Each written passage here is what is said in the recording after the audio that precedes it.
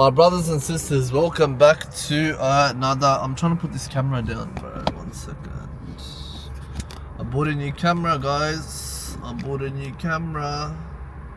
Okay, anyways, move. Alright, guys, welcome back to another video. Today I'm going to be talking about how you can get in shape if you got out of shape. So, recently I've just started to get back into shape. See, my arms are coming back. They're back. But what happened was I actually was working too much, and excuses, but I got out of shape, right? I was having a lot of junk food, I was having a lot of candy, a lot of caramel in particular, I was having a lot of snacks, a lot of sweets, a lot of sodas, a lot of cheeseburgers, a lot of fried chicken, a lot of pizza, everything that you can think of that is good, I was having that. So basically what happened was I just kept doing that. And over a time-to-time basis, if you keep doing that every single day, that's time under tension. It's not time under tension. Progressive overload. Yeah. Calorie deficit. What's the opposite of deficit? Surplus. Calorie surplus. Right. All the foods that I was eating were very high in calories, so I was in a calorie surplus for about 40 days in a row. And you know, that's what happens, bro. You gain some weight, right? You gain some weight. But yeah, look, bro, I'm back to it, and I'm gonna tell you how you can get back into shape as fast as possible, right?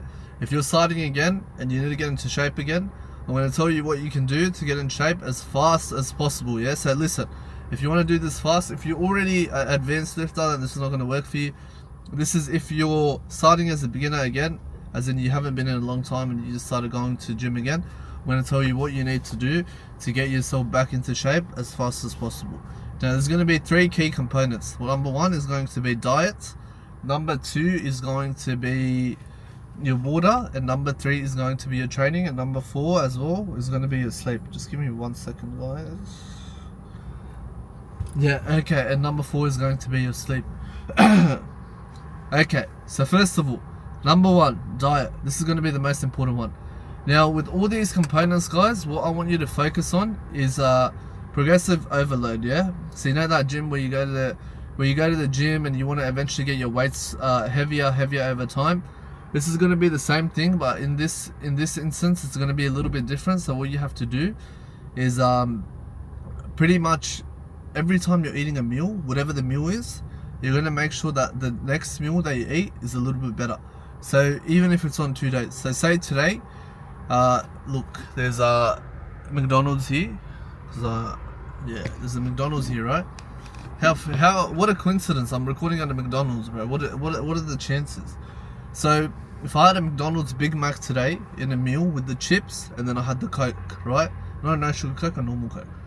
In 2 days' time, or in 3 days' time, or tomorrow, I would opt for a Big Mac by itself, right?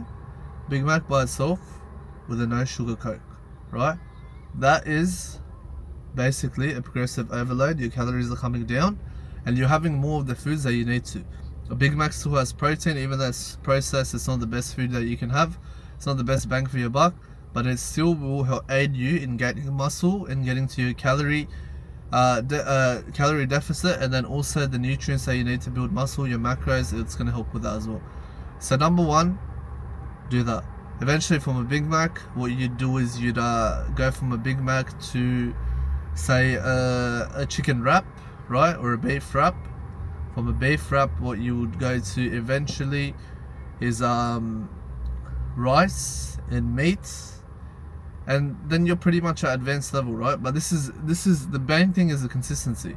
So you're doing this over a long period of time, because the only way you're gonna achieve a result if you do it over a consistent period.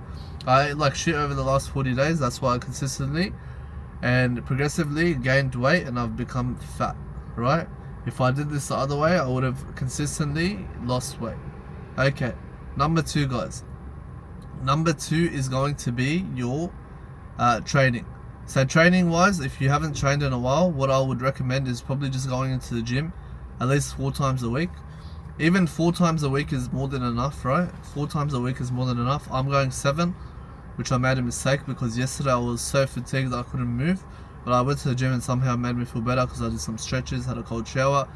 And there are things you can do to help your CNS recover faster. But ideally, if you haven't trained in a while, don't go back and do 6-7 days. Go back, do 4 days, 4 days, 4 days, 4 days, right? After a month, then you go 5, 6. Progressively overload on your gym days as well, right? That's the training piece. And every time you're training, go as hard as possible. Make sure your muscle is actually... The thing that I like to do with weights is make sure I come out knowing that my muscle, when I wake up tomorrow, will be sore. So if I'm gonna, like yesterday, I trained my back and my biceps. I trained my back and my biceps, but my goal was to make my biceps sore, right? And now that I've tried to make my biceps sore, they're a lot bigger today, right? So that's all you have to do. Just aim for that muscle to be sore tomorrow, and you will consistently gain muscle. Okay, number 3, this is pretty simple. Water intake, guys. You just gotta have 4 liters of water a day. Ideally 3 to 5. 4 is good. 4 on average would be good. You need water for your muscles. You need water for just having energy. You need water to be hydrated, for your skin, for everything, right? Water is very important. So make sure you're getting your 4 liters of water, otherwise your muscles will not be able to recover. Okay. Lastly, sleep, guys. If you're not sleeping enough, then you're not going to gain muscle. So make sure you're sleeping 7 to 9 hours, especially if you're doing more, if you're working more. Even though it's kind of counterintuitive because you're working more, so you're probably going to be able to sleep less. But ideally 7 to 8 hours, especially when you're trying to lose weight, is optimal. If you can't get that, at least 6, right? At least 6, just for this period.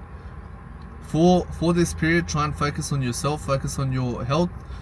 Once you've achieved your goal and you've got a 6-pack, or you've got lean to the stage where you want to get lean 15%, 10%, then you can lay off the sleep and then start doing 6 hours, because you just have to maintain your physique.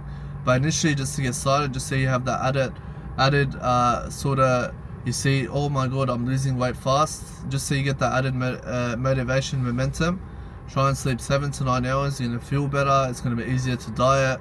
Your muscles are going to get bigger faster. It works, bro. I've tested it. Yesterday I slept I think 9 hours. No, not 9 hours, 8 hours the first time this whole week, because obviously Friday to Saturday. And my body feels so much, my muscles feel so much bigger. I actually woke up at 7, and then I woke up at, I woke up at like 8, and then I woke up at 9 or 9:30, and I felt way better. Right, that 1.5 hours difference just in my sleep made a massive difference in my body, because I wake up and I feel how my body feels, I feel how my muscles feel, I feel how everything feels, because it makes a difference. So guys, make sure you're getting efficient sleep, good sleep on a consistent basis. Once you've achieved this goal, this fitness goal, if you give it enough over time, then you can quit that as well. But yeah guys, that's it. Peace out. I hope this helps, and I'll see you in the next one. Peace.